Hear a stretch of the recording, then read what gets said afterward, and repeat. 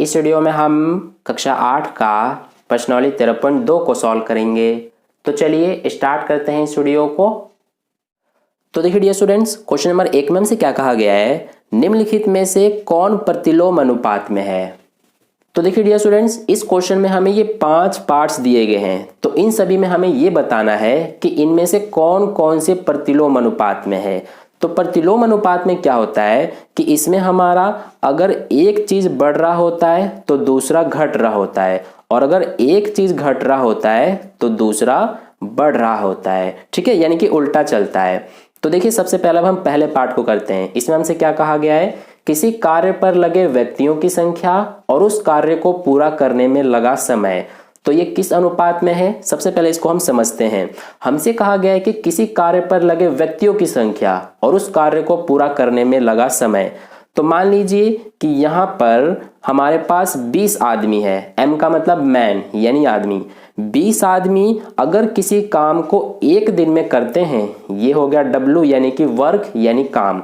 तो अगर 20 आदमी किसी काम को एक दिन में करते हैं, अब अगर आदमियों की संख्या में अगर 20 से 10 कर दूं यानी कि आधा कर दूं, तो ये काम हमारा कितने दिन में खत्म होगा, तो ये हमारा 2 दिन में होगा। क्योंकि जब 20 आदमी थे तो एक दिन में कर रहे थे, अब 20 से 10 हो गए यानी आधे हो गए, तो काम जो है ये अब 2 दिन में खत्म होगा, क्योंकि व्यक्ति कम हो गए यानी कि आदमी कम हो गए। अब अगर मैं 10 से और कम कर दूं यानी कि अब 5 कर दूं, इसका भी आधा, तो अब काम कितने दिन में खत्म होगा, तो ये 4 दिन में होगा, क्योंकि आदमी जो है वो और कम हो गए। तो इसीलिए काम जो है वो पूरा होने में और ज्यादा टाइम लगेगा। तो यहाँ पर आप क्या देख रहे हैं कि अगर यहाँ हमारा जो आदमियों की संख्या है वो अगर कम हो रही है तो जो काम का समय है वो बढ़ रहा है। ठीक है, यहाँ पर देखिए ये कम हो रहा है तो ये क्या है, बढ़ रहा है। तो इसीलिए ये हमारा जो पहला है ये प्रतिलोम अनुपात में है। ठीक है, क्यों है ये मैंने आपको यहाँ पर समझा दिया, क्योंकि यहाँ पर एक चीज घट रहा है तो दूसरा बढ़ रहा है, तो इसीलिए ये हमारा प्रतिलोम अनुपात में है। अब देखिए सेकंड को करते हैं। इसमें हमसे क्या कहा है, एक समान चाल से किसी यात्रा में लिया गया समय और तय दूरी। तो क्या ये प्रतिलोम अनुपात में है, देखिए यहाँ पर समझते हैं। मान लीजिए कि 1 घंटे में हम 50 किलोमीटर चलते हैं। ठीक है, ये हम 1 घंटे में 50 किलोमीटर की दूरी तय करते हैं। तो 2 घंटे में हम कितने किलोमीटर की दूरी तय करेंगे, ये हम 100 किलोमीटर की दूरी तय करेंगे, क्योंकि हमसे कहा गया है कि समान चाल से, यानी कि चाल जो है वो बिल्कुल समान है, ना ही घट रही है ना ही बढ़ रही है। तो 1 घंटे में अगर 50 किलोमीटर की दूरी तय करते हैं तो 2 घंटे में 100 किलोमीटर की करेंगे।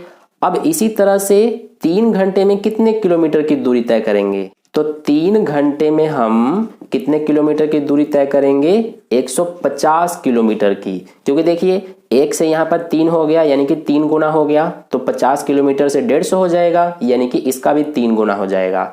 तो यहाँ पर आप क्या देख रहे हैं कि जब यहाँ पर घंटे बढ़ रहे हैं तो ये किलोमीटर भी बढ़ रहा है, यानी कि एक जो बढ़ रहा है तो इसके हिसाब से ये दूसरा भी बढ़ रहा है। तो इसमें तो हमारा ऐसा नहीं है जैसा पहले में था कि इसमें हमारा एक घट रहा था दूसरा बढ़ रहा था, लेकिन इसमें दोनों ही बढ़ रहे हैं। तो इसीलिए हमारा जो ये दूसरा है ये प्रतिलोम अनुपात में नहीं है।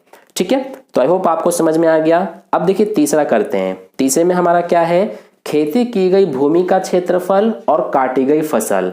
तो क्या ये प्रतिलोम अनुपात में है, इसको भी समझ लेते हैं हम। तो जैसे मान लीजिए कि आपके पास 1 हेक्टेयर जमीन है। ठीक है, ये हमने मान लिया कि आपके पास 1 हेक्टेयर जमीन है और 1 हेक्टेयर जमीन से आपको 1 टन अनाज की प्राप्ति होती है, यानी कि आपको 1 हेक्टेयर जमीन से 1 टन अनाज मिलता है।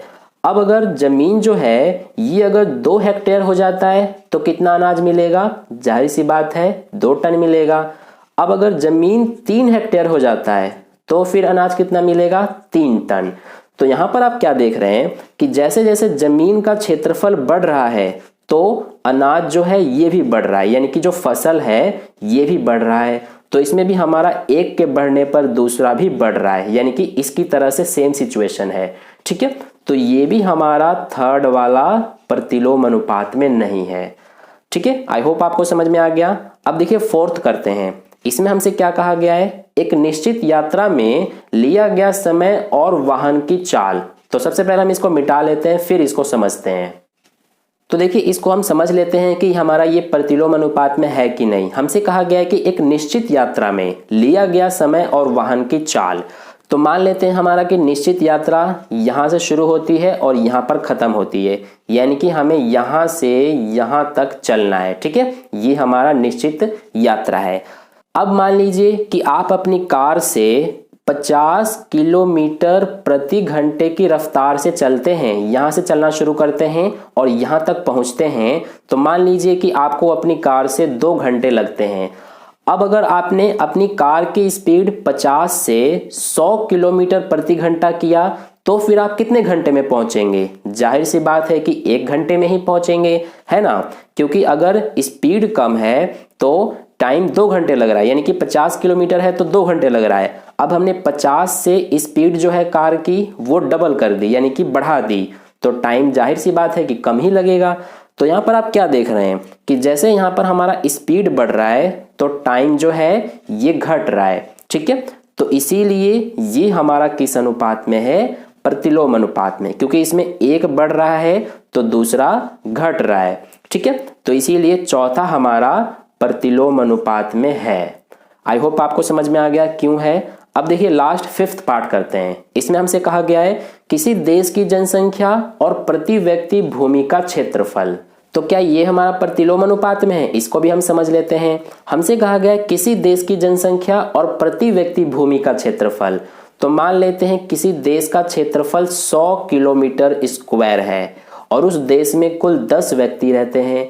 तो हर एक व्यक्ति के हिस्से में भूमि का कितना हिस्सा आएगा? इसके लिए क्या करेंगे कि जो 100 है इसमें 10 से भाग करेंगे तो 10 किलोमीटर स्क्वायर हो जाएगा, यानी कि हर एक व्यक्ति के हिस्से में भूमि का 10 किलोमीटर स्क्वायर हिस्सा आएगा।